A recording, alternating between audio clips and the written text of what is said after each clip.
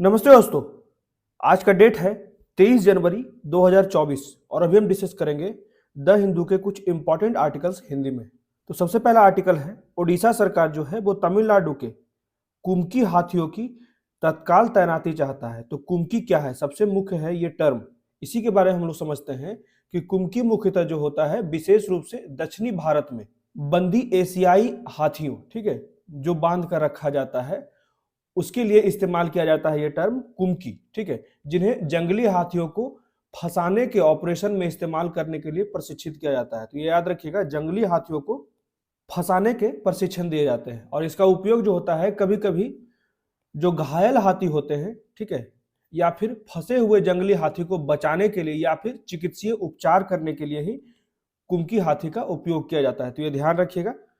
उसके बाद अगला आर्टिकल जो है, लगातार देखा जा रहा है कि नॉर्थ कोरिया और साउथ कोरिया के बीच में टेंशन्स बढ़ते जा रहे हैं। दोनों अपने अपने सैन्य शक्तियों को बढ़ावा दे रहे हैं, ठीक है, लगातार जो है अपने जो हथियार है उसको सीमा पे डिप्लॉय कर रहे हैं। तो इसके क्या कारण है, और लगातार जो है किम जोंग की आक्रमणकारी बयानबाजी और साथ ही साथ उत्तरी कोरिया द्वारा हथियारों के प्रशिक्षण की एक श्रृंखला भी देखी जा रही है। लगातार जो है नॉर्थ कोरिया जो है अपने जितने भी हथियार है उसका प्रशिक्षण भी कर रहा है, ठीक है। पिछले हफ्ते ही उत्तरी कोरिया के मध्यम दूरी की हाइपरसोनिक मिसाइल दागने का दावा किया गया था। ये अनेक प्रकार के अभी लगातार जो है वो एक्सपेरिमेंट्स कर रहे हैं जिससे कि वो अपने हथियार के क्षेत्र में मजबूती पा सके और साउथ कोरिया के साथ वो संघर्ष कर सके, ठीक है। तो इसके क्या कारण, कोरिया का कहना है यहाँ पे कि साउथ कोरिया, जापान और यूएसए तीनों मिलके नॉर्थ कोरिया के क्षेत्र में जो है आगे बढ़ रहे हैं। तो इसी के लिए जो नॉर्थ कोरिया का सुरक्षा खतरा को देखते हुए इस तरह का कदम उठाया जा रहा है, ठीक है। और यहाँ पे एक बात और कहा जाता है कि अभी देखा गया है कि मिड ईस्ट में बहुत से देश जो हैं वो अमेरिका के डिसीजन को नहीं माने हैं, ठीक है, उससे भी जो है नॉर्थ कोरिया का मन बढ़ता जा रहा है, ठीक है। तो इसको हम लोग विस्तार से पढ़ लेंगे। उसके बाद अगला आर्टिकल जो है, कई एनजीओ का FCRA पंजीकरण क्यों रद्द कर दिया गया। सबसे पहले जानेंगे FCRA रजिस्ट्रेशन होता क्या है। ये तो मेनली जो है FCRA रजिस्ट्रेशन होता है विदेश से, मतलब कि फॉरेन कंट्रीब्यूशन रेगुलेशन एक्ट 2010 के द्वारा ऐसा कहा जाता है और उसको बाद में फिर चेंजेस भी किए गए। FCRA एक्ट जो है मेनली विदेशों से जो फंड दिए जाते हैं, दान लिए जाते हैं, उसी के लिए ये परमिशन देता है, ठीक है, सही तरीके से इसको रेगुलेट करता है, ठीक। तो इसके बारे में हम लोग कुछ चीजें पढ़ लेंगे। जैसे FCRA जो है मूल रूप से 1976 में लागू किया गया था, उसके बाद 2010 में इसमें कुछ संशोधन भी किए गए, ठीक है, और एक नया FCRA अधिनियम बनाया गया जिसका भी रद्द कर दिया जाता है रजिस्ट्रेशन। वो किसी परिस्थिति में विदेशी योगदान, नगद दान या फिर उपहार प्राप्त नहीं कर सकता है, भले ही वो चुनाव में खड़ा उम्मीदवार हो, समाचार पत्रों के संपादक हो, न्यायाधीश हो, लोक सेवक हो, संसद के सदस्य हो और राज्य विधायिका के सदस्य हो। तो इन लोगों को अगर FCRA का रजिस्ट्रेशन नहीं होता है, उसका रद्द कर दिया जाता है, तो विदेश से कोई भी दान या उपहार नहीं ले सकता है, ठीक है। तो इसी के लिए मेनली जो है FCRA मतलब कि फॉरेन कंट्रीब्यूशन रेगुलेशन एक्ट मूल रूप से बनाया गया है, जो देश में विदेशों से आ रहे पैसों को रेगुलेट करता है, ठीक है। तो इसको भी हम लोग विस्तार से पढ़ लेंगे। उसके बाद अगला आर्टिकल जो है, श्रम शक्तियों में महिलाओं की भागीदारी में लिंग और जाति की अंतर विभाजन, उसी को कहा जाता है इंटरसेक्शनलिटी। तो यहाँ पे दो बातें कही जाती है, महिलाओं के खास के श्रम के क्षेत्र में उनकी भूमिका लगातार घटती जा रही है, ठीक है, उनकी संख्या जो है वो घटती जा रही है। तो इसके क्या मुख्य कारण है, तो यहाँ पे एक तो कहा जा रहा है सामाजिक मानदंड जिससे प्रभावित होते हैं उच्च वर्ग की महिलाएं, और जितने भी निम्न वर्ग की महिलाएं होती हैं, निचले जातियों की जो महिलाएं होती है, वो उसे शिक्षा की उपलब्धता नहीं होती है, वो अशिक्षित होती है। उसी कारण ज्यादा से ज्यादा जो होता है अनऑर्गेनाइज सेक्टर, ठीक है, अनौपचारिक क्षेत्र में ज्यादा से ज्यादा ये कार्य करती है, वो भी अपने पेट के लिए, ठीक है, ऐसा नहीं कि वो शौक से कार्य कर रही है। तो यहाँ पे सामाजिक मानदंड के कारण उच्च जाति की जो महिलाएं शिक्षित भी होती है बड़ी संख्या में, फिर भी वो श्रम के क्षेत्र में अपना योगदान नहीं कर पाती है, क्योंकि जो पितृसत्तात्मक सोच है वो कहीं ना कहीं महिलाओं के उत्थान में बाधा उत्पन्न करता है, ठीक है। जिसको भी हम लोग विस्तार से पढ़ लेंगे कि लैंगिक पूर्वाग्रह क्या है, जातिगत भेदभाव क्या है, आरक्षण की क्या समस्याएं हैं, हर एक चीज को हम लोग विस्तार से पढ़ेंगे। इसमें एक चीज और है कि आज से जो है हम लोग लेक्चर के लास्ट में MCQ भी डिस्कस करेंगे, ठीक है, जो प्रीवियस ईयर क्वेश्चंस हैं आज के दिन में हम लोग पॉलिटी डिस्कस करेंगे, तो ये ध्यान रखिएगा और लास्ट तक ये वीडियो देखिएगा। और जिसे भी इस वीडियो का पीडीएफ चाहिए होगा वो हमारे वीडियो के डिस्क्रिप्शन में टेलीग्राम का लिंक दिया हुआ है, उसमें इस वीडियो का पीडीएफ डाल दिया गया है। ठीक है, सबसे पहला आर्टिकल जो है इसमें सिर्फ और सिर्फ हम लोग डिस्कस करेंगे कुमकी। कुमकी एलिफेंट क्या होता है, इस टर्म को डिस्कस करेंगे, यही इंपॉर्टेंट है बस। ठीक है, तो कुमकी जो होता है मेनली विशेष रूप से दक्षिण भारत में बंदी एशियाई हाथियों के लिए इस्तेमाल किए जाने वाला यह शब्द है, जिन्हें जंगली हाथियों को फंसाने के ऑपरेशन में इस्तेमाल करने के लिए प्रशिक्षित किया जाता है। क्लियर हो गया। और इसका इस्तेमाल जो होता है वो कभी कभी किसी घायल या फिर फंसे हुए जंगली हाथी को बचाने या फिर चिकित्सा उपचार प्रदान करने के लिए इस हाथी का उपयोग किया जाता है, कुमकी। ठीक है, तो ध्यान रखिएगा। अब बढ़ते हैं अगले आर्टिकल की तरफ। इसमें ही नॉर्थ कोरिया और साउथ कोरिया के बीच में लगातार जो है वो कॉन्फ्लिक्ट, विवाद बढ़ता जा रहा है। इसके क्या क्या मुख्य कारण है इसको हम लोग ध्यान से देख लेते हैं। जैसे बढ़ते तनाव, कोरियाई प्रायद्वीप में शांति के लिए आक्रामक बयानबाजी को कम करना बहुत ही महत्वपूर्ण है। लगातार देखा गया है किम जोंग जो कि नॉर्थ कोरिया के शासक हैं, ठीक है, उनके द्वारा लगातार जो है वो आक्रामक बयानबाजी की जा रही है। तो दक्षिण कोरिया को उत्तर का मतलब कि उत्तरी कोरिया का दुश्मन राज्य घोषित करने और शांतिपूर्ण पुनर्मिलान के विचार को त्यागने का किम जोंग उनका निर्णय संकेत देता है कि जो नॉर्थ कोरिया है अधिक आक्रामक रुख अपना रहा है। ठीक है, इसमें बहुत से कारण हैं, जैसे यूएसए हो गया, जापान हो गया, ठीक है, साउथ कोरिया हो गया। तो ये तीनों मिलकर लगातार जो है वो कोरियन पेनिनसुला पे अपने वर्चस्व को बढ़ा रहा है। इसी से डरकर जो है नॉर्थ कोरिया इस तरह का कदम उठा रहा है। और अभी मिड ईस्ट में भी देखा गया है बहुत से देश जो है वो यूएसए की बात नहीं माने हैं। ठीक है, जैसे लीबिया, इराक, ईरान परमाणु समझौता, तो इस तरह का जो समझौता को नजरअंदाज किया गया है यूएसए का, तो इससे ही नॉर्थ कोरिया का जो है वो मन बढ़ता जा रहा है।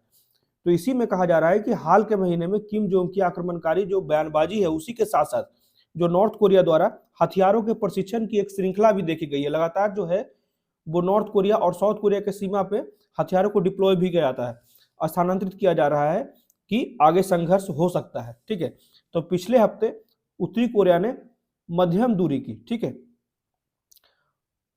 मीडियम रेंज का हाइपरसोनिक मिसाइल दागने का दावा किया था जो कम ऊंचाई पर जा सकता है। ठीक है, इसने पानी के भीतर, इसकी कुछ खूबियां हैं, जैसे पानी के भीतर मानव रहित और परमाणु सक्षम ड्रोन का भी प्रशिक्षण किया गया है।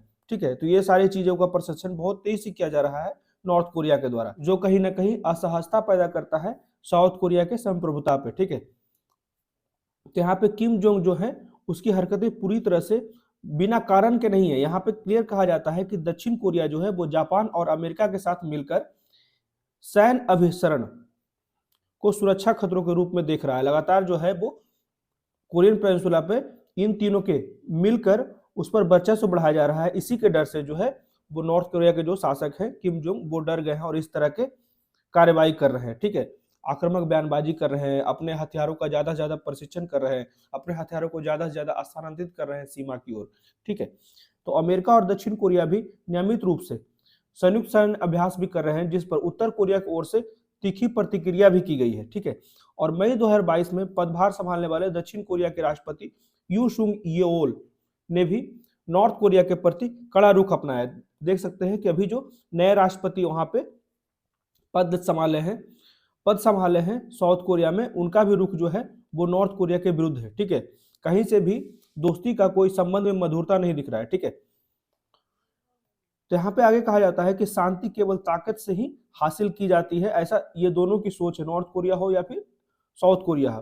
तो अतीत में अपनी बयानबाजी के बावजूद यहाँ पे ये कहा जाता है कि यूएसए के साथ किस तरह के संबंध रहे हैं अतीत में नॉर्थ कोरिया का, इसको यहाँ पे दर्शाया जाता है। जैसे उत्तर कोरिया दक्षिण और अमेरिका के साथ राजनयिक जुड़ाव के लिए खुला था, लेकिन 1994 में यह क्लिंटन प्रशासन के साथ सहमत ढांचे पर पहुंच गया और इसके हिस्से के रूप में वह अपने परमाणु रिएक्टरों के संचालन और निर्माण को रोकने पर सहमत हुआ। ठीक है, तो यहाँ पे सबसे पहले 1994 में इस तरह का निर्णय लिया गया नॉर्थ कोरिया के द्वारा। उसके बाद जॉर्ज बुश जूनियर प्रशासन के दौरान सहमत ढांचे के पतन के बाद नॉर्थ कोरिया परमाणु ऊर्जा संपन्न हो गया। ठीक है, तो ये देख सकते हैं कि ये जो टाइमलाइन, इसे ध्यान रखिएगा। उसके बाद राष्ट्रपति डोनाल्ड ट्रंप जो है अभी हाल ही में, जिस समय यूएसए के राष्ट्रपति थे डोनाल्ड ट्रंप, उस समय एक बार मीटिंग हुई थी नॉर्थ कोरिया के किम जोंग और ट्रंप के बीच में, ठीक है, जिससे उम्मीद की जा रही थी कि दोनों के बीच संबंध बेहतर होंगे और वहां पे शांति स्थापित होगा कोरियन पेनिनसुला में, जिससे अंतर कोरियाई संबंध अस्थायी रूप से अस्थिर हो जाएंगे। जब ट्रंप की पहल भी विफल हो गई तो फिर तनाव फिर से बढ़ गया नॉर्थ कोरिया और साउथ कोरिया के बीच में। अमेरिका के साथ सुलह के रास्ते को स्पष्ट रूप से अस्वीकार कर दिया गया नॉर्थ कोरिया के द्वारा। तो यहाँ पे मिड ईस्ट के भी जो कुछ कार्य किए गए, यूएसए के बहुत से समझौते जो थे इन देशों के साथ, उन्होंने इसकी नजरअंदाज कर दिया। जैसे लीबिया हो गया, इराक हो गया और ईरान परमाणु समझौते के साथ साथ जो हुआ उसे देखते हुए उत्तर कोरिया के नेताओं के पास अमेरिका के साथ समझौता के लिए अपने परमाणु हथियार छोड़ने के लिए बहुत कम प्रोत्साहन दिखा, ठीक है। इसलिए उन्होंने इस तरह के समझौते को नजरअंदाज कर दिया गया नॉर्थ कोरिया के द्वारा और अमेरिका के साथ सुलह के रास्ते को स्पष्ट रूप से अस्वीकार करते हुए नॉर्थ कोरिया ने बातचीत से भी इनकार कर दिया। तो कोरियाई प्रायद्वीप के परमाणु निरस्त्रीकरण पर और चीन और रूस के साथ संबंधों को मजबूत करने के आगे कदम उठाया है, ठीक है। तो यहाँ पे देखा ही जाता है कि यूएसए को काउंटर करने के लिए देखा जा रहा है कि चाइना और रसिया लगातार जो है वो एकजुट हो रहा है और यहाँ पे नॉर्थ कोरिया जो है इसी के साथ जुड़ रहा है, ठीक है, अपने संबंध को मजबूत कर रहा है।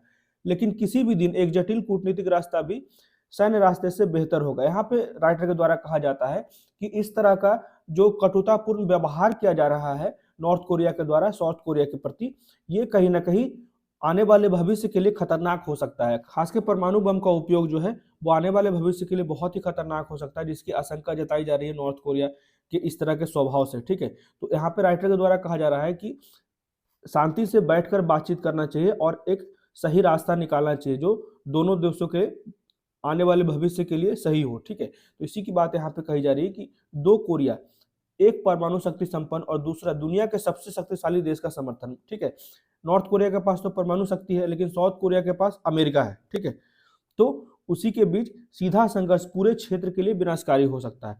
तो इसी की बात कहा जा रहा है राइटर के द्वारा कि तनाव कम करना चाहिए और जितने भी दोनों कोरियाई देश हैं उनके संबंधों में विश्वास बहाल करना चाहिए और सभी जितने भी हितधारक हैं, जिनको भी फायदे हैं, ठीक है, जो भी इनके सही तरीके से सोचते हैं इनके हित के बारे में, चाहे वो सियोल हो, प्योंगयांग है, ठीक है, नॉर्थ कोरिया हो या फिर साउथ कोरिया हो या फिर अमेरिका हो, उसके लिए तत्काल प्राथमिकता है कि इन दोनों के बीच संबंधों में मधुरता किस तरह से लाई जाए, ठीक है, दोनों को शांत कैसे किया जाए जिससे कि इस क्षेत्र में शांति बहाल किया जा सके। अब बढ़ते हैं अगले आर्टिकल की तरफ।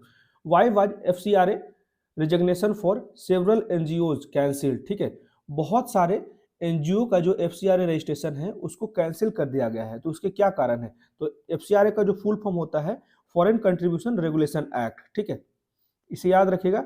मेनली जो ये पॉलिसी बनाया गया है विदेशों से ज्यादा दान किए गए, ठीक है, पैसे को रेगुलेट करने के लिए 6000 से ज्यादा एनजीओ का FCRA लाइसेंस रद्द किया गया है, ठीक है। और यह घोषणा जो है वो गृह मंत्रालय द्वारा यह हाल में जो तत्कालीन कार्य किया गया मदर टेरेसा के मिशनरीज ऑफ चैरिटी के FCRA लाइसेंस को नवीनीकृत करने से इनकार कर दिया गया, ठीक है, गृह मंत्रालय द्वारा। उसी के समय यहाँ पे बहुत से एनजीओ को उसके रजिस्ट्रेशन को रद्द कर दिया गया। तो कुछ प्रोविजंस देख सकते हैं FCRA के, ठीक है। मेनली जो है इसको सिंपली हम लोग यही जानते हैं कि मूल रूप से जो है ये 1976 में लाया गया था FCRA, ठीक है, ताकि देश में जो है विदेशों से आ रहे पैसे को रेगुलेट किया जाए, ठीक है। और उसके बाद 1976 के बाद इसमें कुछ चेंजेज किए गए और फिर से FCRA का एक नया एक्ट बनाया गया। ये कुछ चीजें ध्यान रखिएगा, ठीक है। तो FCRA जो किसी भी परिस्थिति, यहाँ पे क्लियर कहा जाता है कि FCRA जिसका रद्द होता है या फिर जो FCRA का रजिस्ट्रेशन नहीं कराता है उसको किसी परिस्थिति में विदेशी योगदान, चाहे वो नगद दान हो या फिर उपहार हो, प्राप्त नहीं कर सकता है, भले ही वो चुनाव में खड़ा उम्मीदवार हो, समाचार पत्रों के संपादक या फिर प्रकाशक हो, न्यायाधीश हो, लोक सेवक हो, संसद के सदस्य हो, ठीक है, या फिर राज्य विधायिका का सदस्य हो, वो कहीं से भी विदेशी योगदान नहीं प्राप्त कर सकता। हालांकि 2017 में इसमें संशोधन कर यहाँ पे क्लियर कहा जा रहा है 2017 में कुछ संशोधन किए गए, ठीक है। तो ये टाइमलाइन याद रखिएगा, 1976, उसके बाद 2010, उसके बाद 2017। तो इसमें संशोधन कर दिया गया जिससे कि विदेशी कंपनियों की भारतीय सहायक कंपनियां, ठीक है, के माध्यम से राजनीतिक दल, जो यहाँ पे हर एक बार यही राजनीतिक दल के द्वारा ही इस तरह का हेरफेर किया जाता है, ठीक है।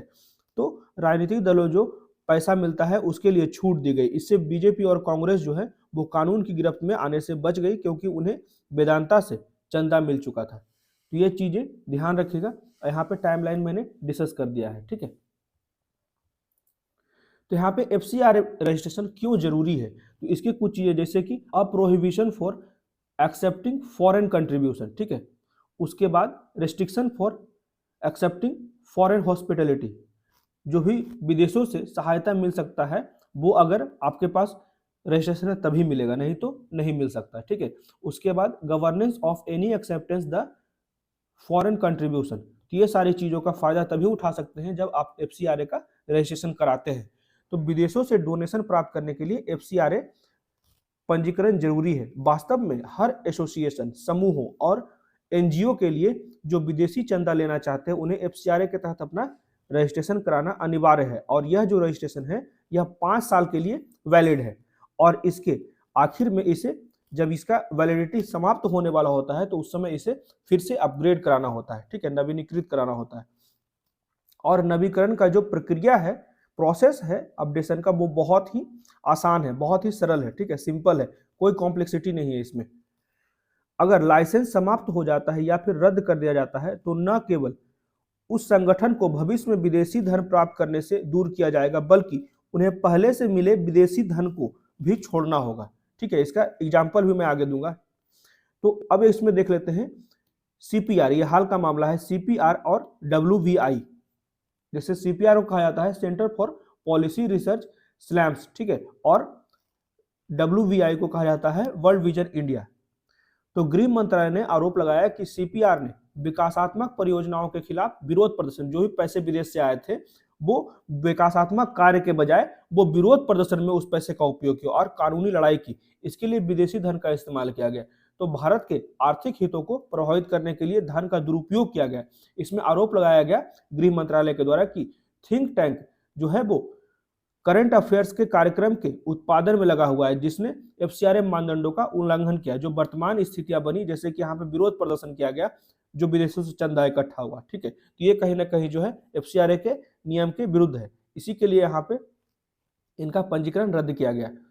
तो CPR ने वायु प्रदूषण पर एक रिपोर्ट प्रस्तुत किया, जिसमें वायु गुणवत्ता प्रबंधन आयोग अधिनियम 2021 पर अवलोकन किया, जिसमें नई सरकार के लिए नीतिगत चुनौतियां आदि, जैसे कि गृह मंत्रालय ने कहा कि FCRA की धारा 3 के तहत विदेशी फंड का उपयोग करके करंट अफेयर जो वर्तमान के कार्यक्रम है, जैसे कि यहाँ पे विरोध प्रदर्शन किया गया, वो जो है पूर्णतः निषिद्ध है।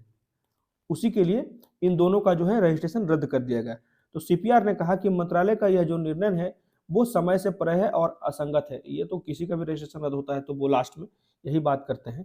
तो CPR ने कहा कि इसमें हमारे शोध से निकलने वाली नीति रिपोर्टों को करंट अफेयर प्रोसेसिंग के साथ जोड़कर हमारी वेबसाइट पर प्रकाशित करना शामिल है, ठीक है। तो इनका कहना है कि ये हमारा कार्य का एक हिस्सा है।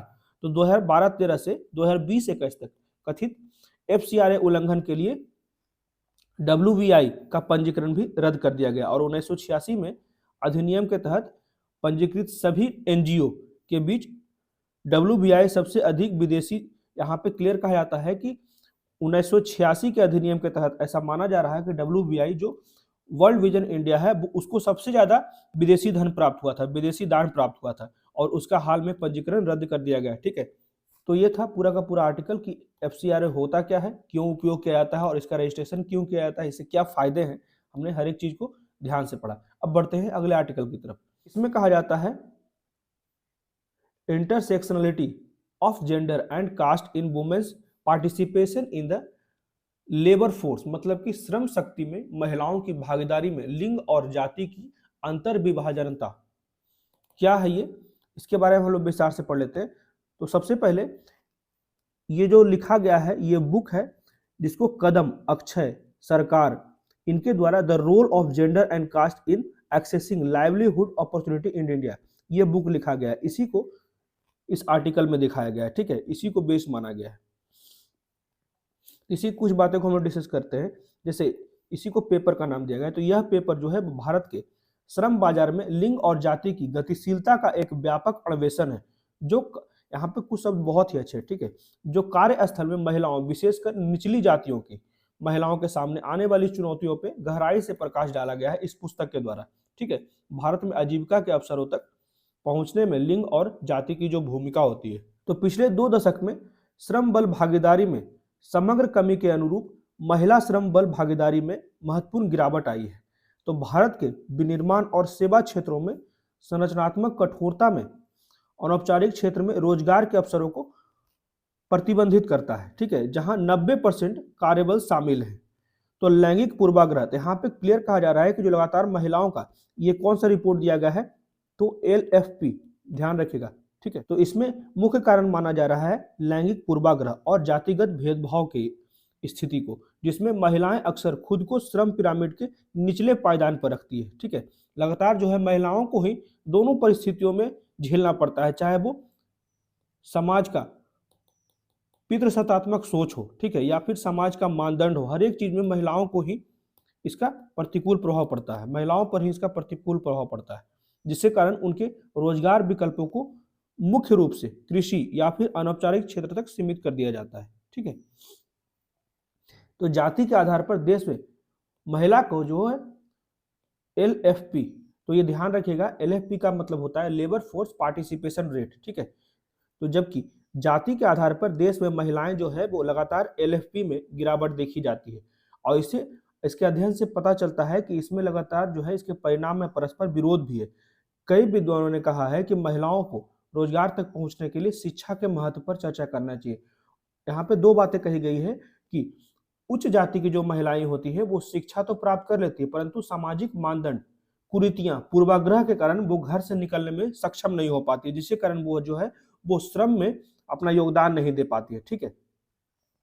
और ऐसे अध्ययन से ही पाया जाता है कि आरक्षण के कारण जो है निचली जातियों की महिलाएं जो होती है वो सरकारी नौकरियां तो पा लेती है, सार्वजनिक क्षेत्र में नौकरियां पा लेती है। आगे इस अध्ययन में कहा जाता है कि दूसरी ओर कई विद्वानों ने यह भी बताया कि कैसे उच्च जाति की महिलाओं की कार्य भागीदारी दर सबसे कम है। जैसे जैसे हम जाति की पदानुक्रम में नीचे आते हैं, महिलाएं की जो लेबर फोर्स पार्टिसिपेशन रेट होता है वो बढ़ता जा रहा है, क्योंकि वे अपने पेट के लिए कार्य कर रहे हैं। इसलिए निचली जाति के बीच आर्थिक अस्थिरता के लिए जिम्मेदार ठहराया जाता है, जो महिलाओं को श्रम बाजार में ढकेलती है, ठीक है। इसी की बात की जा रही है कि उसके परिवार में आर्थिक अस्थिरता होती है, इसलिए निचली जाति की महिलाएं होती है जो ज्यादा से ज्यादा श्रम बाजार में शामिल होती है, वो मजबूर होती है, ठीक है। तो कार्य प्रणाली क्या है, तो ग्रामीण अनौपचारिक क्षेत्र, ठीक है, अनऑर्गेनाइज क्षेत्र में, खासकर रूरल क्षेत्र में महिलाओं की जो भागीदारी होती है उसकी जाति की स्थिति के अनुसार कैसे बदलती है। इसके अलावा इस पेपर में यह भी बताया जाता है कि क्या निम्न जाति की जो महिलाओं की निराशाजनक जो श्रम बाजार स्थितियों में अनौपचारिक गतिविधियों में अधिक भागीदारी होती है, ठीक है।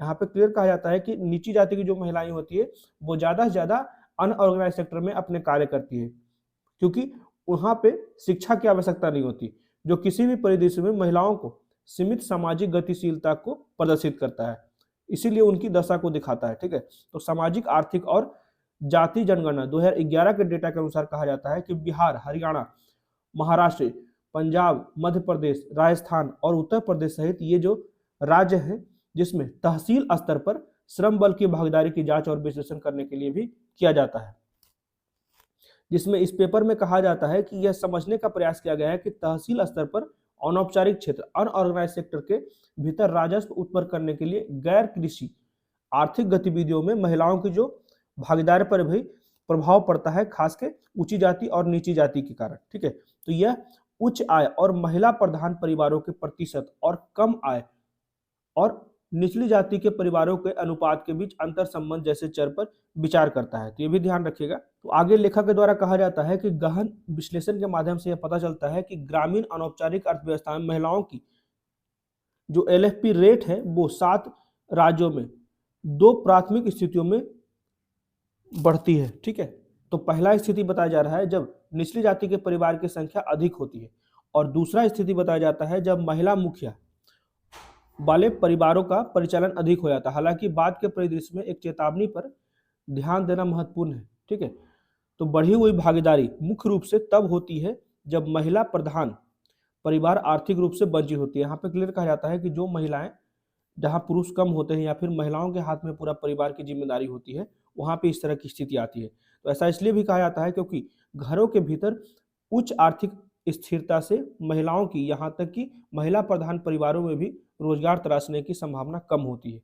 ये कुछ बातें हैं जहाँ पर ऊंची जाति और नीची जाति को कैसे रेखांकित किया जाता है इस पेपर के द्वारा, ठीक है, राइटर के द्वारा यही बातें कहा जाता है। तो इसी में जाति और लिंग पूर्वाग्रह की बातें की जा रही है। जैसे लिंग के संदर्भ में कहा जाता है कि महिलाओं को समाज की आर्थिक गतिविधियों में योगदान देने के प्रयास में कई बाधाएं सामने आते हैं। महिलाओं से मुख्य रूप से घर में काम और देखभाल के काम पर ध्यान केंद्रित किया जाता है, ठीक है, और घर की जरूरतों का प्रबंधन करने की सामाजिक अपेक्षाएं ज्यादातर उन्हें कार्यबल में भाग लेने से रोकती है। ये कुछ महत्वपूर्ण पॉइंट है, इसे आप नोट डाउन कर सकते हैं। और दूसरी बात यहाँ पे राइटर द्वारा कहा जाता है कि महिलाओं को रोजगार पाने में कानूनी और आर्थिक बाधाओं का भी सामना करना पड़ता है। उदाहरण के लिए कई कंपनियों में ऐसे कानून हैं जो महिलाओं को रात की पाली में काम करने से रोकते हैं, ठीक है। बहुत से ऐसे कंपनियां हैं जो डे के बाद, मैक्सिमम जो भारत में कंपनियां हैं 90% कंपनियां जो है वो महिलाओं को दिन के शिफ्ट में ही रखते हैं, ठीक है।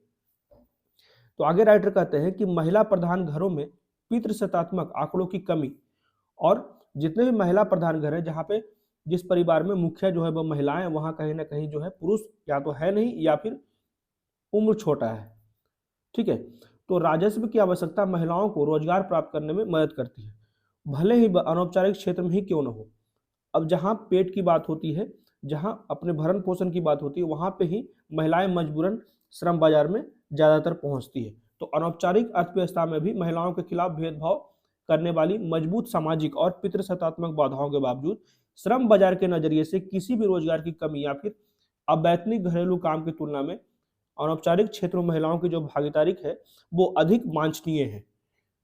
तो इसी में आगे जातिगत मामलों में कहा जाता है कि निचली जाति के परिवार के मामले में अनौपचारिक क्षेत्र में यहाँ पे निचली जाति के लोग ज्यादा से ज्यादा श्रम बाजार में जाते हैं, उसी की बात की जा रही है, ठीक है, कि उसका लेबर फोर्स पार्टिसिपेशन रेट जो होता है वो ज्यादा होता है निचली जाति की महिलाओं को, और उसको आर्थिक बाधाओं और सामाजिक गतिविधियों में सीमाओं के माध्यम से समझा जा सकता है। तो इसी की बात यहाँ पे की जा रही है, हर एक जगह एक ही बात घुमा घुमा के कहा जाता है, ठीक है। उच्च जाति की जो महिलाएं होती है वो शिक्षित होती है, परंतु सामाजिक मानदंडों को चुनौती देती है और उसके लिए अनौपचारिक क्षेत्र में अधिक संभावनाएं भी होती है। तो यही सारी बातें थी जिसमें कहा जाता है कि महिलाएं जो है वो श्रम में कम भागीदारी ले रही है, उसका मुख्य कारण जो है वो जातिगत कारण है, ठीक है, और कहीं ना कहीं जो है लैंगिक पूर्वाग्रह है, ठीक है, जो सामाजिक मानदंड के पूर्वाग्रह से पीड़ित है, जहां पे महिलाओं को आगे बढ़ने नहीं दिया जाता है, ठीक है। इसमें कुछ अच्छे पॉइंट्स थे जिसको आप नोट डाउन कर लीजिए। अब लास्ट में हम लोग 5 क्वेश्चन डिस्कस करेंगे, ये PYQ है, ठीक है, जो सिर्फ और सिर्फ अभी पॉलिटी से है। हर एक दिन अलग अलग सब्जेक्ट से दूंगा 5-5 क्वेश्चन। तो इसमें पहला क्वेश्चन है, निम्नलिखित में से कौन, यहाँ पे अर्ध न्यायिक है, अर्ध न्यायिक निकाय कौन कौन से हैं। तो पहला है वित्त आयोग, दूसरा है केंद्रीय सतर्कता आयोग, तीसरा है राष्ट्रीय मानवाधिकार आयोग, चौथा है केंद्रीय सूचना आयोग, और पांचवा है भारतीय प्रतिस्पर्धा आयोग, छठा है UPSC, और सातवां है अनुसूचित जाति के लिए राष्ट्रीय आयोग। तो कौन सा इसमें जो है वो अर्ध न्यायिक निकाय नहीं है। तो यहाँ पे UPSC जो है वो अर्ध न्यायिक निकाय नहीं है, बाकी सारा जो है अर्ध न्यायिक निकाय है, तो ये ध्यान रखिएगा, ठीक है। UPSC का जो सारा का सारा चीज दिया हुआ है आर्टिकल 316 में, इसमें क्लियर कहा जाता है UPSC में राष्ट्रपति द्वारा नियुक्त एक अध्यक्ष होते हैं और अन्य सदस्य होते हैं, ठीक है। UPSC जो है एक संवैधानिक संस्थान है, इसमें सभी संवैधानिक संस्थान नहीं है, ये ध्यान रखिएगा।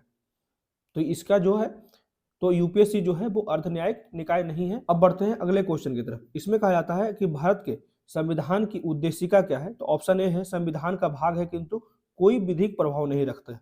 ऑप्शन बी है संविधान का भाग नहीं है और कोई विधिक प्रभाव भी नहीं रखता। ऑप्शन सी है संविधान का भाग है और वैसा ही विधिक प्रभाव रखती है जैसा कि उसका कोई अन्य भाग रखता है। ऑप्शन डी है संविधान का भाग है किंतु उसके अन्य भागों के से स्वतंत्र होकर उसका कोई विधिक प्रभाव नहीं पड़ता है। इसके क्या हो जाएगा सही उत्तर? इसका सही उत्तर हो जाएगा ऑप्शन डी। ध्यान रखिएगा, भारत के संविधान की उद्देशिका के बारे में बताया जाता है कि यह संविधान का तो भाग है किंतु उसके अन्य भागों से स्वतंत्र होकर उसका कोई विधिक प्रभाव नहीं है, ठीक है, तो ये ध्यान रखिएगा। उसके बाद अगला क्वेश्चन है, भारत के संदर्भ में नौकरशाही का निम्नलिखित में से कौन सा उपयुक्त चरित्र चित्रण है। ये सिंगल क्वेश्चन बहुत ही टफ होते हैं एग्जाम के समय में, ठीक है। अगर आपको आता है तो आता है, नहीं आता है तो इसमें दिमाग भी नहीं लगा सकते, उसमें तो बहुत से ट्रिक होते भी हैं, आजकल तो वो भी खराब हो गए हैं। इसका पहला ऑप्शन है संसदीय लोकतंत्र की व्याप्ति को विस्तार देने वाला अभिकरण। ऑप्शन बी है संघीय ढांचे को सुदृढ़ करने वाला अभिकरण। ऑप्शन सी है राजनीतिक स्थायित्व और आर्थिक वृद्धि को सुलभ बनाने वाला अभिकरण।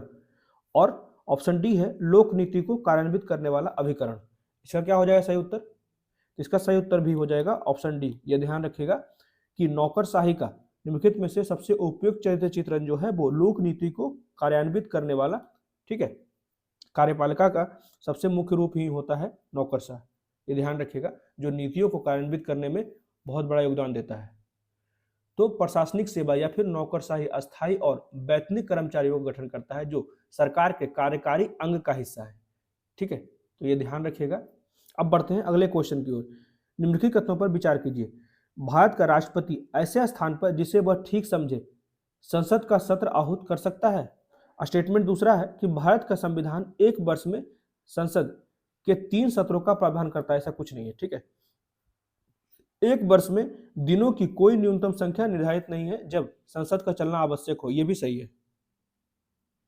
तो इसका दोनों सही उत्तर हो जाएगा, 1 और 3। दूसरा गलत है, ठीक है, क्योंकि संविधान में ऐसा कहीं नहीं लिखा हुआ है कि संसद के 3 सत्र चलने का प्रावधान है। ये एक परंपरा चल रही है, उसी के कारण इस तरह चलाए जा रहे हैं। उसके बाद अगला क्वेश्चन है, औपनिवेशिक भारत के संदर्भ में शाहनवाज खान, अल सहगल और गुरबख्श सिंह ढिल्लो याद किए जाते हैं किस लिए? तो ऑप्शन ए है स्वदेशी और बहिष्कार आंदोलन के नेताओं के रूप में। ऑप्शन बी है 1946 की अंतरिम सरकार के सदस्यों के रूप में। और ऑप्शन सी है संविधान सभा में प्रारूप समिति के सदस्यों के रूप में। ऑप्शन डी है आजाद हिंद फौज के अधिकारियों के रूप में। इसका क्या हो जाएगा सही उत्तर? इसका भी सही उत्तर ऑप्शन डी हो जाएगा। जैसे ही गुरबख्श सिंह ढिल्लो देख ले तो यहाँ पे ये याद जरूर होंगे सभी को, ठीक है। तो आजाद हिंद फौज के अधिकारियों के रूप में जाने जाते हैं। तो ये थे आज के द हिंदू के कुछ इंपॉर्टेंट आर्टिकल्स। हमने कुछ क्वेश्चंस भी डिस्कस किए, अब डेली क्वेश्चंस डिस्कस करेंगे, ठीक है। कैसा लगा प्लीज मुझे कमेंट करके बताएं और मेरे वीडियो को ज्यादा से ज्यादा लाइक करें, शेयर करें और मेरे चैनल को सब्सक्राइब करें। Thank you.